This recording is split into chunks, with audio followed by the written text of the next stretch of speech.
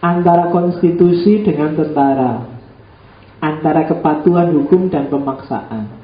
Seperti tak jelaskan tadi, hukum, konstitusi maupun tentara itu di satu negara harus ada.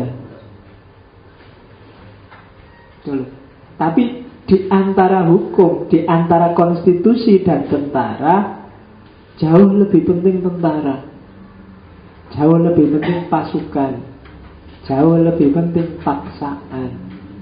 Kalau konstitusi itu kan cuma aturan, kamu bisa ikut bisa enggak. Tapi lebih penting tentaranya. Rambu-rambu itu kan bikinan untuk kamu patuhi, tapi rambu-rambu enggak penting. Dibandingkan rambu-rambu, lebih vital polisinya. Kalau cuma rambu-rambu, kamu bisa karepmu dewe ngelanggar. Tapi begitu ada polisinya satu aja, oh kamu tidak berani melanggar sudah. Jangankan polisi, patung polisinya aja kan bikin kamu deg-degan. Mau merampas lampu merah, ada polisi. Oh cuma patung ngerti gitu kan, mau gitu. Patungnya aja bikin kamu deg-degan. Bahkan polisinya tidur aja bikin kamu jengkel. Polisi tidur gitu. Kenapa? Karena memang masyarakat itu cenderung lebih patuh kalau ada paksaan. Diceramai P4 kayak gimana pun gak akan jalan. Tapi begitu dipaksa pakai pressure, apalagi pakai tentara, dia akan jalan. Ya karena tadi takut sama tentara.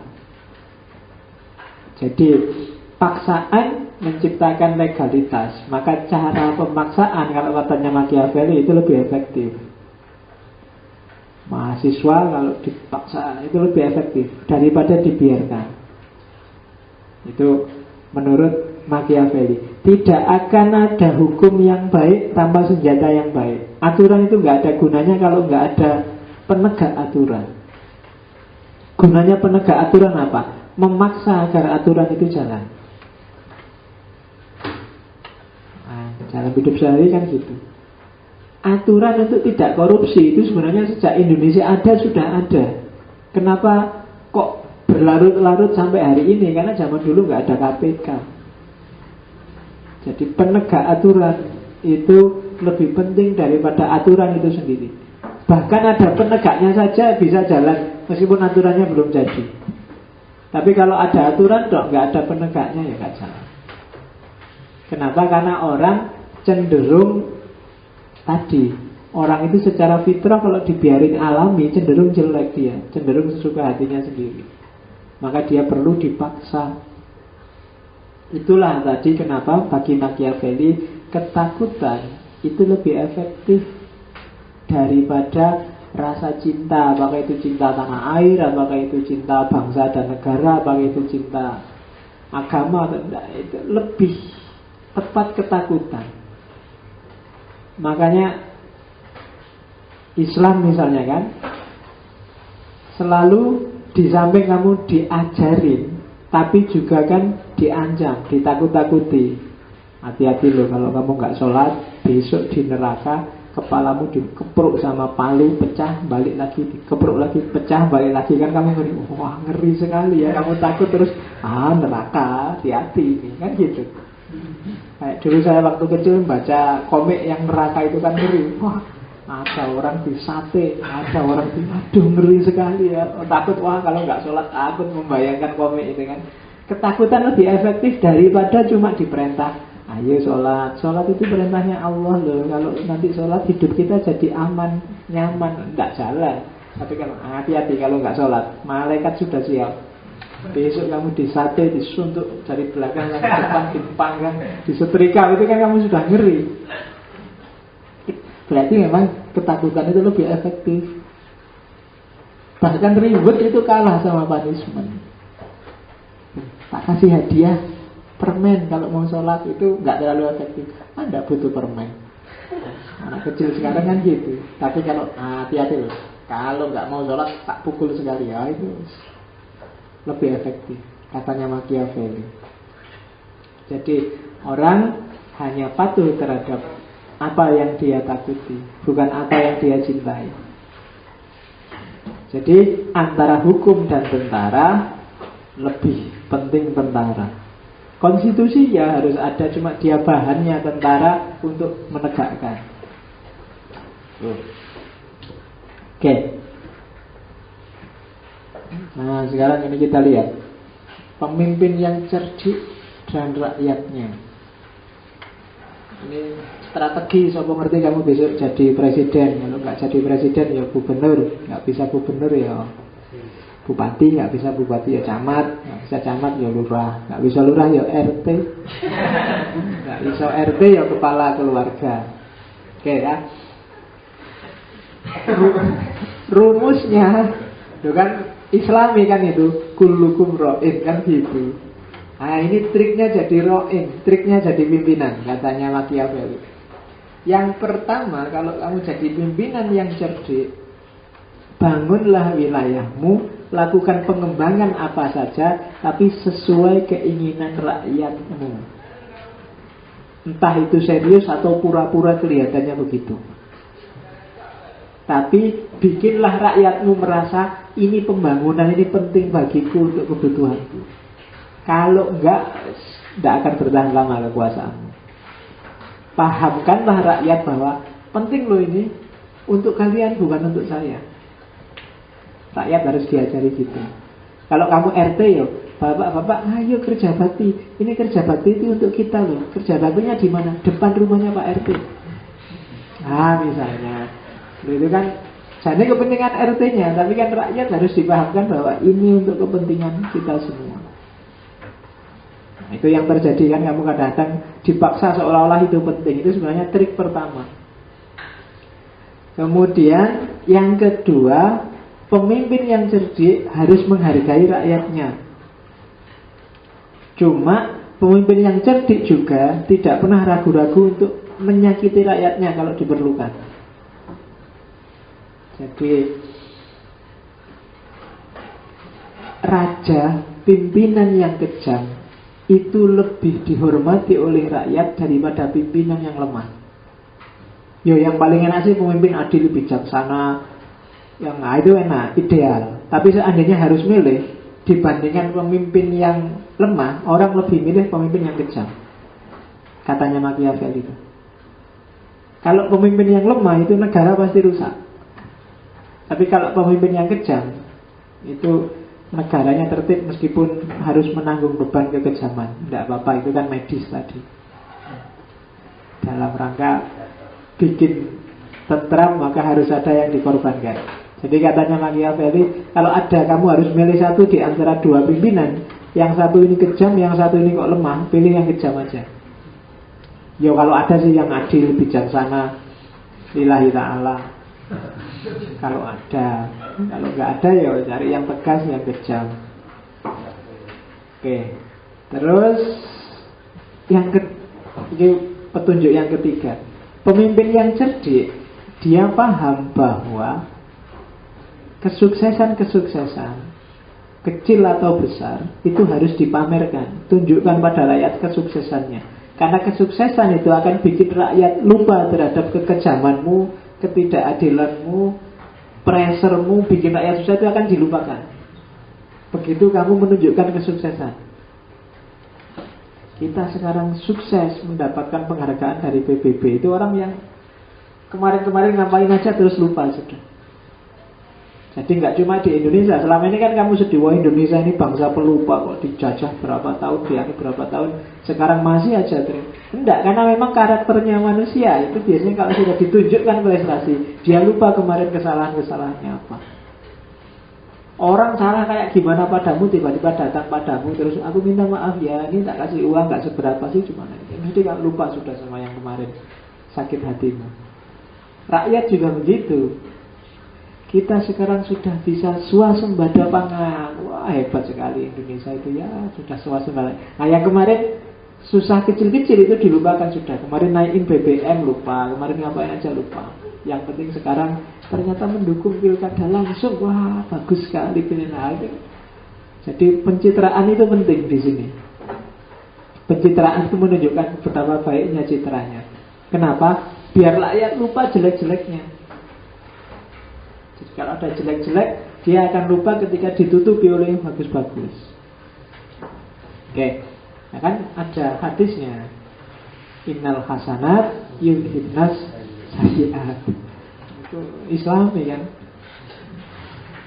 Ada yang bilang Machiavelli di antara bacaan-bacaan yang mempengaruhi dia itu Al-Ahkam As-Sultaniyahnya Al-Mawardi. Iya, ini kan era ketika Islam sudah deklinasi, tapi karya-karya besar politik Islam kan ada. Dan beberapa memang kalau kalian sudah baca Ahkam Sultaniyah itu gayanya memang mirip. Gaya Al-Mawardi dengan gaya Machiavelli. Ya silakan kalau ada yang dari jurusan filsafat atau jurusan politik bikin kajian komparasi antara Al-Mawardi dan Machiavelli. Coba cari titik-titik temu bedanya di mana.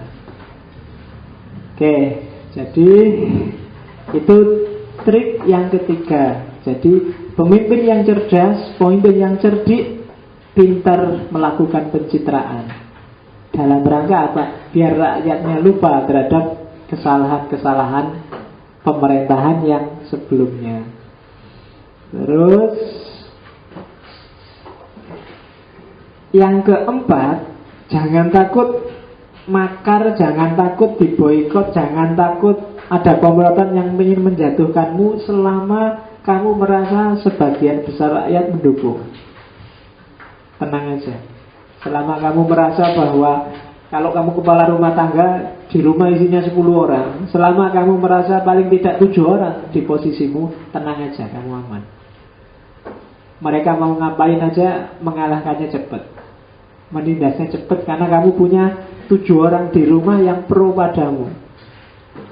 Tapi kalau kamu merasa kehilangan suara, loh yang dukung aku kok cuma 3 dari 10 orang, itu alamat curigai semua orang yang di rumah. Kamu harus waspada pada semuanya, termasuk yang 3 ini.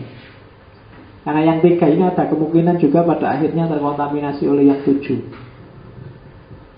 Jadi kayak Jokowi hari ini misalnya, kan di koalisinya dia kalah besar sama koalisi merah putih. Itu kalau pakai Machiavelli, dia harus waspada pada semuanya, nggak cuma pada merah putih. Karena pengkhianatan kecil dari kelompoknya itu bisa benar-benar menjatuhkan dia. Nah itu Machiavellian, cara mikirnya seperti itu. Semua harus diwaspadai berarti. Tapi kalau kita sudah mayoritas, itu tenang aja, gampang. Kalau mayoritas itu kalau ada yang berkhianat 1-2 kan paling tidak suaranya masih imbang, masih bisa tarung. Tapi kalau kita minoritas itu berarti curiga pada semua, harus diwaspadai semua. Oke, terus jadi rumusnya agar pemimpin tahan lama, posisikan rakyat selalu mendukungmu. Antara lain ya tadi, pencitraanlah terus menerus. Tunjukkan bahwa kamu sukses, kamu bagus, kamu baik. Tampilkan itu terus, mesti senang sudah rakyat. Dia akan melupakan dosa-dosamu. Nah, boleh nggak pemimpin berbohong? Kalau katanya Machiavelli, boleh kalau diperlukan. Cuma jangan sampai ketahuan. Apalagi ketahuan terus rakyatnya mesti benci setengah mati padamu. Jadi kalau mau bohong, bikin strategi jangan sampai ketahuan. Jadi bohong itu sah-sah saja, tidak dosa katanya Machiavelli. Yang penting kan demi stabilitas. Meskipun kamu bercabang hatimu, kamu selingkuh ya? Enggak, cintaku tetap padamu. Enggak apa-apa, demi stabilitas. Daripada gegeran kan mending stabil, aman-aman saja. Yang penting tidak ketahuan. Kan gitu. Karena kalau ketahuan kiamat. Jadi boleh bohong asal tidak menimbulkan anti stabilitas. Kalau di situ tidak menimbulkan kebencian rakyat, bohong tidak apa-apa. Malah katanya Machiavelli, pemimpin yang cerdik itu tidak perlu terlalu jujur. Kalau pemimpin terlalu jujur itu pemimpin yang tidak cerdas. Jadi pemimpin yang cerdik itu tahu kapan harus jujur, kapan harus bohong. Kalau waktunya bohong ya bohong aja. Itu berarti pintar dia. Kalau memang dituntut untuk bohong ya bohong. Kalau waktunya jujur ya jujur. Nah, pemimpin yang cerdik juga, ya dia orang baik sih, dia melakukan kebaikan, tapi melakukan sesuai kebutuhan. Kalau nggak harus melakukan kebaikan ya nggak usah lah. Nggak usah diem-diem terus nyebar uang untuk anak yatim, makin miskin, nggak usah. Kalau nggak dibutuhkan, kalau pas dibutuhkan ya ayo. Oh pas ada kamera, pas ada yang nyuting, oh ya saya tak sumbang sekian. Kalau nggak ada yang tahu nggak usah, ngapain sih? Oh nggak ada yang tahu kok, nggak ada untungnya kok. Cari, lakukan segala hal yang menguntungkanmu. Itu pemimpin yang jos itu berarti. Ngerti kapan harus bertindak. Kemudian ya berbohong boleh asal demi kebaikan negara, demi stabilitas. Terus ini prinsip hidup bersama, prinsip masyarakat dan negara. Jadi mana yang lebih penting, rakyat atau negara? Jawabannya jelas, negara. Terus pertanyaan kedua, moralitas dibutuhkan nggak? Tadi kok orang boleh bohong segala. Moralitas dibutuhkan, asal berguna untuk kepentingan negara. Kalau enggak moralitas juga enggak apa-apa. Itu prinsip kedua. Manusia itu hakikatnya jelek, sehingga kalau dia melakukan sesuatu yang baik, itu sebenarnya pasti punya kepentingan di balik itu untuk dirinya sendiri yang sesuai dengan fitrah jeleknya tadi. Kenapa sih kok ada orang cinta tanah air mengorbankan dirinya untuk tanah air? Itu biasanya di balik itu ada motif. Mungkin motifnya adalah ingin anak cucunya bisa hidup terjamin, ingin negaranya tentram terus dia bisa kerja. Mungkin kalau sudah nggak perang dia ingin jadi pejabat, mungkin dia ingin jadi pahlawan. Jadi nggak ada orang ikhlas itu. Selalu ada motif di balik tindakan dan perilakunya. Jadi masyarakat, individu, kalau itu masih manusia, kamu jangan terlalu percaya kalau mereka bilang ikhlas. Di Indonesia buktinya, departemen yang semboyannya ikhlas beramal, ternyata yang bahkan menterinya pun sekarang kena KPK. Nah itu kan berarti Allah ikhlas amat. Kalau sudah politik itu tidak ada ikhlas. Saya mendukung Bapak ikhlas, nggak untuk apa-apa. Lah itu prank, mesti nggak ada. Kalau politik loh ya, nggak ada. Pasti dia punya pamrih. Dia ingin dapat apa itu pasti sudah. Itu sudah diramal oleh Machiavelli. Kenyataannya pasti begitu. Masyarakat dan negara. Yang kedua, pokoknya intinya katanya Machiavelli, seorang pemimpin itu tahu kapan dia harus adil, kapan dia harus jahat, kapan dia baik, kapan dia jelek. Kalau waktunya jelek, ya dia nggak segan-segan melakukan kejelekan. Kalau waktunya jahat, ya dia tidak ragu-ragu melakukan kejahatan. Meskipun kalau dia pimpinan berarti demi negaranya tetap utuh, negaranya tetap bertahan. Pemimpin itu katanya Machiavelli, kalau dia bohong, tapi hasil kebohongannya bikin negaranya semakin kuat, semakin maju, semakin paten, kebohongan ini justru bagi rakyatnya adalah tindakan yang terpuji. Jadi bohong tidak tergantung tindakannya, tapi tergantung hasilnya. Makanya tadi disebut pragmatik. Tidak masalah kamu nyontek, tidak masalah kamu curang, yang penting ternyata benar, kamu terus dapat A dan lulusnya cepat. Nah itu Machiavellian. Tidak masalah kamu bohongin orang tuamu, Pak ini kampusnya nyuruh bayar 2,5 juta. Kalau nggak dibayar susah ini Pak. Kalau lulus aku Pak, bapakmu ngirim 2,5 juta, akhirnya kok beliin smartphone. Bapaknya marah-marah, katanya kampus kok beli smartphone. Loh, beli smartphone ini Pak, gue SMS dosen nih, kalau pas aku raiso mlebu tak pamiti pakai smartphone. Berarti kan kebutuhan kuliah ini Pak. Ah, ini berarti pemimpin yang cerdik kamu ngapusi bapak itu. Padahal bapakmu yang ngerti nek kowe ngapusi, tapi yo wis ora apa-apa, sing waras ngalah. Ya, jadi bohong, jelek, baik, jujur, ikhlas itu tidak bernilai pada dirinya sendiri, dia bernilai pada fungsi dan gunanya. Alah rayuan gombal, gombal juga tidak apa-apa. Buktinya dengan gombal kamu toh akhirnya suka padaku. Nah ini tidak masalah. Alah puisi deso gitu aja buat ngerayu, tidak apa-apa. Puisinya deso tapi akhirnya kan dapat. Daripada puisimu canggih-canggih nggak dapat apa-apa. Nah gitu loh. Jadi tidak tergantung barangnya, tidak fi dzatihi, tapi li ghairihi, untuk tujuannya. Terus agama juga gitu. Boleh ada agama, boleh.